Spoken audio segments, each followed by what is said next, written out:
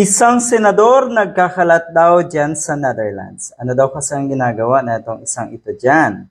Ayaw pa daw bumalik ng ating bansa para magtrabaho at gumawa ng makabuluhang batas. Hayaan nyo na, on break naman ang Senado ngayon.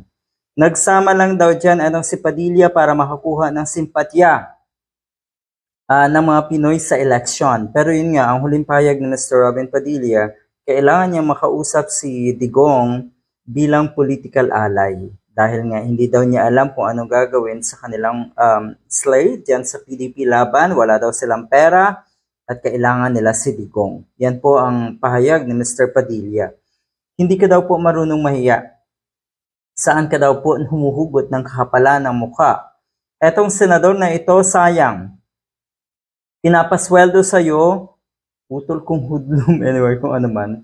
Pero totoo, kailangan mo talagang mag-display dyan. Kasi nga, merong mga kababayan tayo dyan na supporter na daw si Digong. Oh. At yung papuri ko noon ni Midial Dea sa kanya bilang isang totoong kaibigan. Kasi kayo lang dyan eh. Alam nga namang, di ba? Yan talaga ang senador na utak kulugo. Masaklap to ha. Sayang daw ang pinapasweldo sa iyo galing sa tax ng mga Filipinos.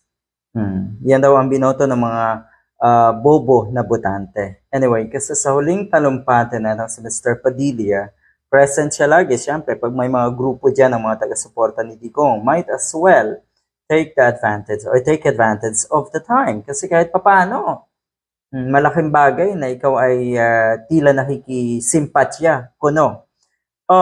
Ang sabi na doon si Mr. Robin Padilla, pero sana wag kayong lumagpas sa mga ganitong pahayag. Ano ho? Sabi niya kasi, mga supporter ni Digong, noong dinala daw dyan sa Netherlands, etong si Digong, para na daw tayong nawalan ng bayan. Okay. Baka kayo, paano mawawalan tayo ng bayan? Inaandito pa rin naman, di ba? Hindi naman kayo talaga ang majority. Ang representation ng ating bansa is not at all Duterte. At lalong hindi po yung mga alipores ni Digong. Kung tutuusin, mas maayos sana ang bansa natin kung wala kayo na mga panggulo. Kayo kasi talagang napapagulo sa ating bansa. Kayo, sa panig, mga taong nakapaligid kay Duterte. At syempre, ang mga Duterte mismo. Medyo may kakapalan nga ito pong pahayag ninyo. Kaya pala sabi ng mga netizens. Good luck.